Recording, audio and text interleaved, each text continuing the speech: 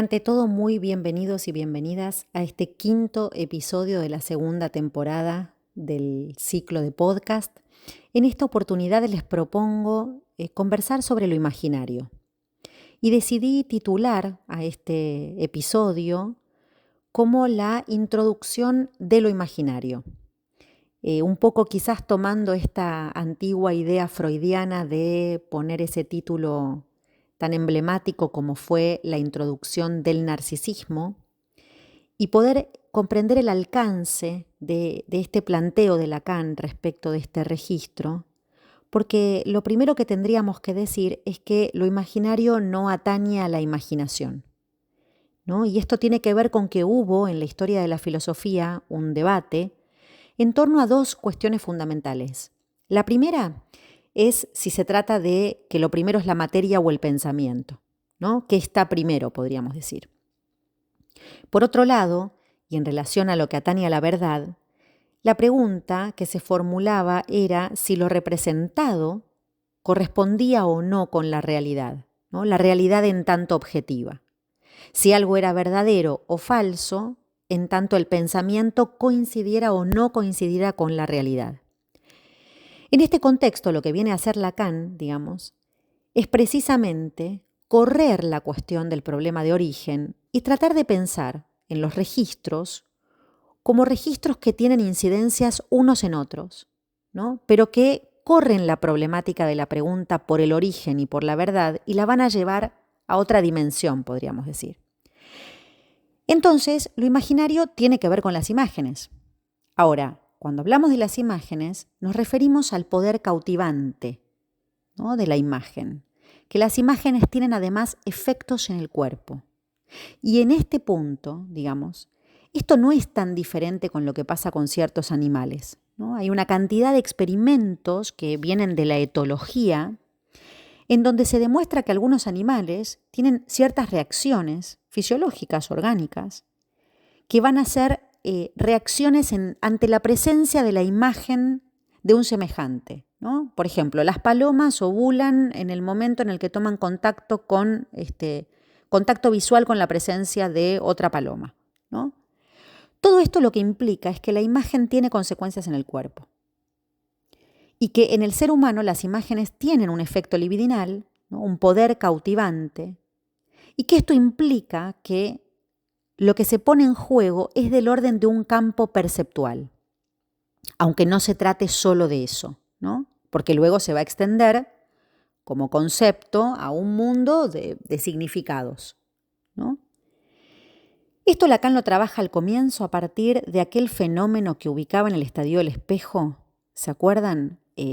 A partir del experimento de Vallon, que él hablaba de un jubiloso ajetreo, cuando se refería a ese movimiento de alegría frente a la imagen, ¿no? Según Lacan, el niño empieza a moverse como si se reconociera en esa imagen que ve en el espejo, ¿no? Y utiliza esa experiencia para situar precisamente la dimensión de la identificación con la imagen, ¿no?, con la imagen en el espejo. ¿Y qué es lo que fundamenta allí Lacan? La constitución del yo, ¿sí? Es decir, que ese yo empieza reconociéndose como eso que ve en el espejo. Y es por esto que podemos decir que el yo para Lacan es una construcción imaginaria y que el yo es, en primer lugar, otro. Lacan destaca además la condición de prematuración, ¿se acuerdan?, del niño, ¿no?, específicamente para la especie humana. Y esa prematuración se ponía en juego en cierta dialéctica temporal en relación a que algo se anticipaba respecto de lo que no lograba un dominio real, ¿no?, ejemplificado por el desvalimiento, el no desarrollo del neuroeje, la no mielinización, ¿sí? Todas estas cuestiones que planteaban lo no madurado, podríamos decir, hasta cierto momento, y que sin embargo plantea en el orden de lo corporal una realidad que se construye en estos términos, ¿no?, imaginarios.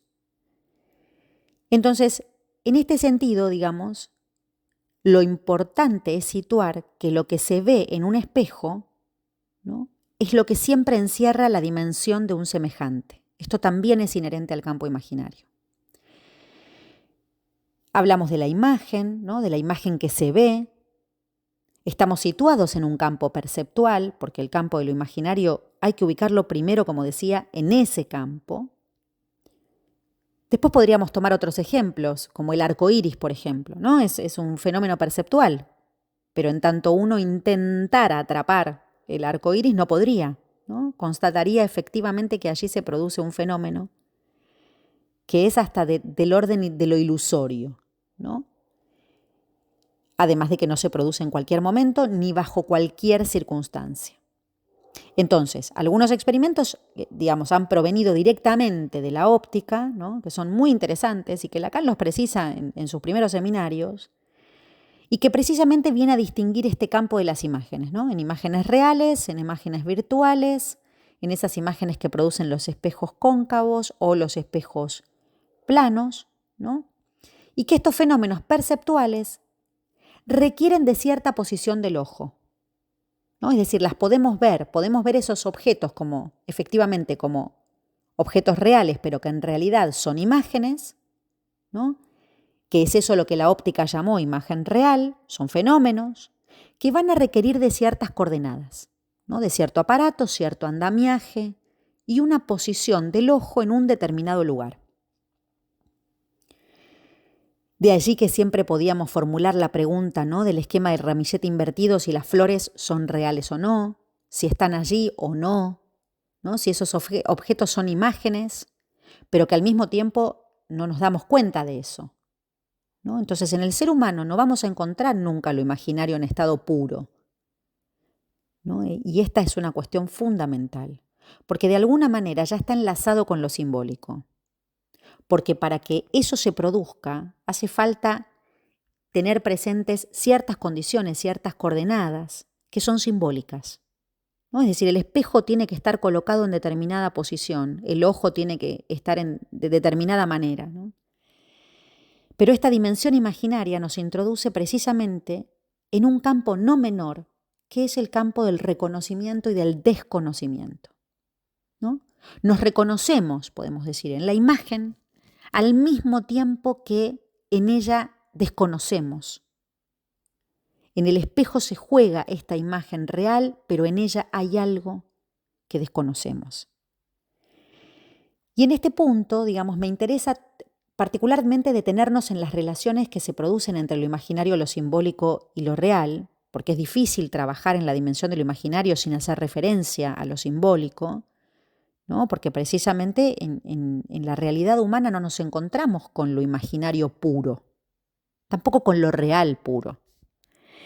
Si uno ubica lo imaginario, por el lado de lo sensible, de lo que tiene que ver con la percepción y los sentidos, cuando percibimos algo, no lo percibimos como pura sensación, ¿no? Como algo inespecífico, sino que le ponemos nombre, ¿no? ¿Qué quiere decir esto? Que le vamos poniendo sentido, ¿no? Y esos sentidos, en cierto punto, también son engañosos, pero corresponden a categorías ya simbólicas, ¿no?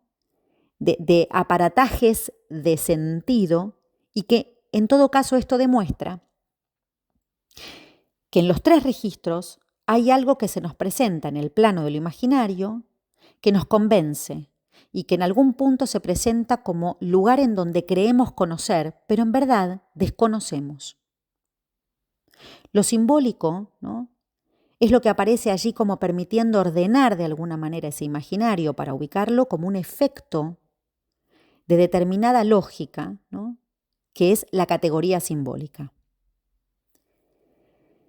Entonces, la idea de Lacan en este punto es que lo que se nos presenta como nuestra realidad ya no es lo real, ¿no? Sino una construcción simbólico-imaginaria que vela lo real. No es lo real lo que se nos presenta, ¿no? No es lo mismo lo real que la realidad. Y fíjense que de estos lineamientos iniciales salen un montón de aristas que se van a articular con otros conceptos en psicoanálisis, como por ejemplo la función del padre, ¿no? Como por ejemplo el deseo, como por ejemplo la relación del niño con la madre, ¿no? Como lo que hace pensar en la operatoria de funciones. Entonces, en la introducción de lo imaginario, ¿no?, a partir de lo que se sitúa como fundamental en los desarrollos del estadio del espejo, aparece esta función formadora del yo, ¿no?, tal como lo demuestra la experiencia analítica, dice el título, ¿no? Allí Lacan entonces se va a servir para pensar un concepto en psicoanálisis que es el yo. Problemática muy central en la experiencia psicoanalítica. ¿Por qué? Porque esto es lo que va a servir además para despejar un campo no menor, que es el campo de la transferencia, ¿no? Cantidad de cuestiones que se plantean del orden de lo imaginario y que aparecen en esa relación entre el analista y el analizante. Entonces, si partimos de la hipótesis freudiana incluso, ¿no?, de ese yo y el narcisismo, lo que está puesto en juego allí es del orden de la libido, ¿no? Ese yo que en lugar de investir objetos del mundo, digamos que inviste su propio yo, ¿no? Esos objetos que están prontos a ser investidos son trocados por el yo mismo. Y esto da lugar a cualquier cantidad de fenómenos que observamos en la clínica, ¿no?, como por ejemplo el engrandecimiento o el robustecimiento del yo, ¿no?, cierta imposibilidad de hacer pasar la libido al campo de los objetos. La libido en el yo, ¿no?, es esa libidinización del yo, que tiene que ver, por un lado, con esta cuestión constitutiva, pero que también, digamos, nos va a estar indicando fenómenos clínicos que van a hablar de la imposibilidad de conducir la libido hacia otros objetos. Entonces, lo imaginario tiene toda esa fuerza de captura libidinal con todo lo que eso implica, ¿no?, con todas las complejidades que eso implica. Porque a veces ver una escena, ¿no?, no es igual que contarla. Y de allí se desprende la importancia de lo que captura, toma al cuerpo, ¿no?, como lo es la pregnancia de una imagen que hace sentir cosas en el cuerpo, y que no es lo mismo que el relato que alguien haga de eso, ¿no? Allí ya entra el factor simbólico y no tienen el mismo efecto libidinal la imagen que la palabra, podríamos decir, ¿no? La idea de Freud, digamos, es precisamente que este yo es un yo que se va volviendo objeto, ¿no? Y de allí todas las derivas del mito de Narciso, el enamoramiento, la cautiva por la propia imagen, ¿no?, eso que en todo caso hace que el peligro en la fascinación termine con la vida. Entonces lo que quiero destacar es que lo que se produce para la formación del yo, y lo hago extensible para toda formación e introducción de lo imaginario, es una identificación, ¿no? Incluso en el enamoramiento encontramos esa captura narcisista, libidinal, en donde lo que se presenta allí es nada más ni nada menos de que el yo es otro, ¿no?, y que al mismo tiempo el otro no es otro, sino que es yo. Podríamos decir que en el campo de la imagen siempre hay algo que obtura la falta.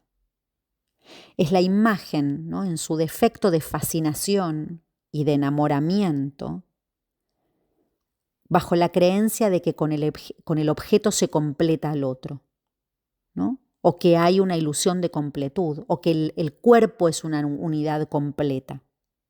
Cuando lo que retoma ahí precisamente es algo que pone en peligro esa ilusión precisamente en los momentos en los que algo de la imagen se resquebraja. Y allí, ¿cuál es el fenómeno que aparece? La angustia o el horror, ¿no? Porque justamente una de las funciones de lo imaginario es obturar la falta.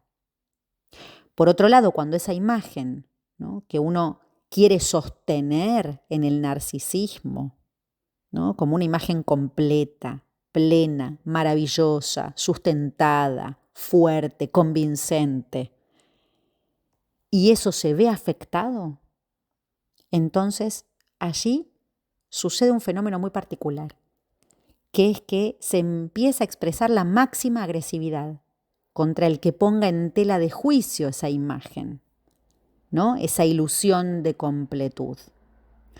Todo lo que tiene que ver entonces, ¿no?, con cualquier dimensión, podríamos decir, en el orden del acto, en cualquiera de sus vertientes, eso no va a ser imaginario, ¿no? Porque ahí aparece más el enlace con lo vinculado con lo real, porque un acto nos va a confrontar con la castración de la que lo imaginario no quiere saber nada. Es por esto que a veces solemos encontrarnos frente a situaciones en las que los pacientes, quienes nos consultan, presentan despliegues enormes en sus fantasías, ¿no? Y de pronto todo eso que se fantasea no se puede realizar, ¿no? Pero no digo solo que no se puede realizar porque la fantasía no es del orden de lo realizable, sino porque aparezca la dimensión de la impotencia en contraposición a todo lo que se fantasea, ¿no? Entonces, no alcanza con lo imaginario, porque la puesta en acto de un deseo no se sostiene desde la imagen, ¿no? La imagen va a estar amenazada por el deseo, por suerte. Podríamos también encontrar en ciertas presentaciones subjetivas quien se caracteriza por mostrar un yo, ¿no? Engrandecido, fuerte, incluso hasta con alguna presentación de muralla, ¿no? Y al mismo tiempo encontrarse detenidos en los actos. Ese yo fortificado, digamos, es lo que casi siempre preserva del contacto con los otros. Y esto es importante tener en cuenta, porque en la presentación muchas veces rígida de ciertas modalidades de presentación de estas características imaginarias, detrás de eso lo que se esconde es que existe la imposibilidad de sostener un deseo en acto. Porque un movimiento, digamos, deseante no puede sino quedar vinculado con la pulsión. Pero en este sentido el narcisismo funciona como una defensa y el deseo así se vuelve imposible, ¿no? Algunos desarrollos de Freud incluso sobre el narcisismo que van a plantear precisamente ese punto de captura mortífera,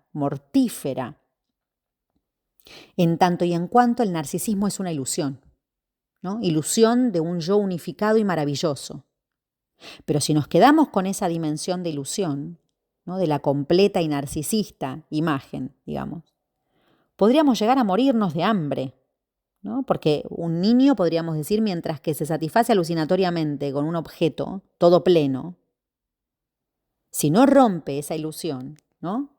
De estar completo, no va a recibir el alimento.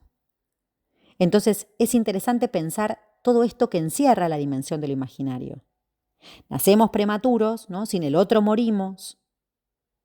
Hay un cuerpo, en todo caso, que aparece como inmaduro en su motricidad y en una cantidad de cuestiones que no le permiten al niño coordinar ciertos movimientos ni realizar ciertas acciones motrices. Sin embargo, hay algo que sucede al ver esa imagen, ¿no? Ese jubiloso ajetreo que en un segundo momento, ¿no? La detención de la imagen la va a fijar, ¿no? La imagen se fija allí. Puede ser un espejo como puede ser un semejante, ¿sí? Pero ya el espejo es un elemento simbólico. Entonces, el júbilo hay que entenderlo allí como una anticipación temprana, podríamos decir, en la enseñanza de Lacan, de lo que luego se va a articular allí con la noción de goce, ¿no? Porque es de la dimensión de una satisfacción. Una imagen se fija y produce un cierto tipo de satisfacción. El júbilo es porque ve en esa imagen una imagen unificada, una imagen completa, ¿no? Incluso cuando somos adultos solemos ver en los otros, ¿no? Lo que de alguna manera quisiéramos encontrar en nosotros y no lo encontramos. En nosotros lo reconocemos como falta y lo vemos en los demás. Y ahí, bueno, ¿no? La cantidad de problemas que ya sabemos que aparecen. Entonces, ¿de qué se trata esta posibilidad de decir yo? ¿No? Esto es lo que pasa necesariamente por la dimensión de un otro, ¿no? Entonces, en esta dimensión imaginaria, digamos, las consecuencias clínicas son enormes, ¿no? Incluso todos los desarrollos de Lacan respecto de la diferencia entre la neurosis y la psicosis, ¿no? Porque lo imaginario no es sin cierto efecto de transitivismo y agresividad. En este sentido, digamos, lo que se aprende como cuerpo es una forma vacía, ¿no? Y se da en ese movimiento de báscula. ¿Se acuerdan que Lacan hablaba de ese movimiento de báscula? Entonces es una anterioridad que no es cronológica, sino lógica, el modo en el que se introduce esto imaginario.